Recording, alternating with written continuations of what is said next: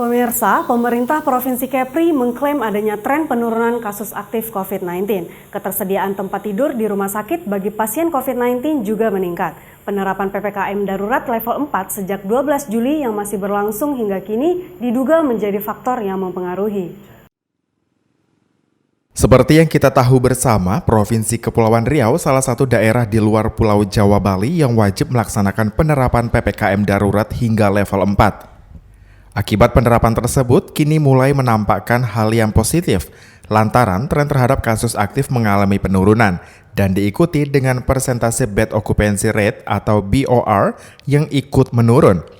Hal ini dapat dilihat dari laporan Satgas COVID-19 Kepri pada pertengahan bulan Juli lalu yang menunjukkan kasus aktif mencapai 6.926 kasus dan persentase BOR yang mencapai 75,65%. Namun setelah PPKM berjalan sejak 12 Juli hingga diperpanjang sampai 9 Agustus mendatang, memberikan efek positif bagi penyebaran kasus aktif COVID-19 di Kepri saat ini. Pasalnya, berdasarkan laporan Satgas COVID-19 Kepri per tanggal 4 Agustus lalu, kasus aktif turun hingga 5.572 kasus dan persentase BOR turun menjadi 61,94%. Hal ini juga dibenarkan oleh Gubernur Kepri Ansar Ahmad.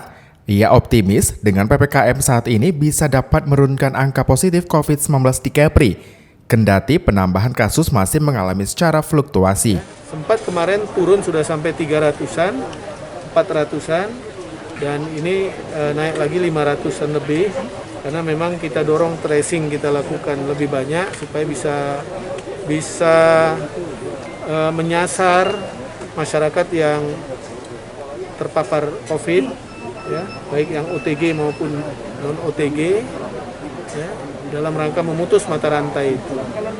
Nah, saya yakin kalau vaksinasi kita selesai, tentu kegiatan-kegiatan kerumunan sudah jauh kita bisa kurangi, kemudian kekebalan itu sudah terjadi, insya Allah Kepri mudah-mudahan amanlah dari pandemi COVID. Senada dengan atasannya, Jubir Satgas COVID-19 Kepri Muhammad Bisri turut membenarkan tren penurunan tersebut. Jadi PPKM udah minggu ini telah menurunkan kasus banyak.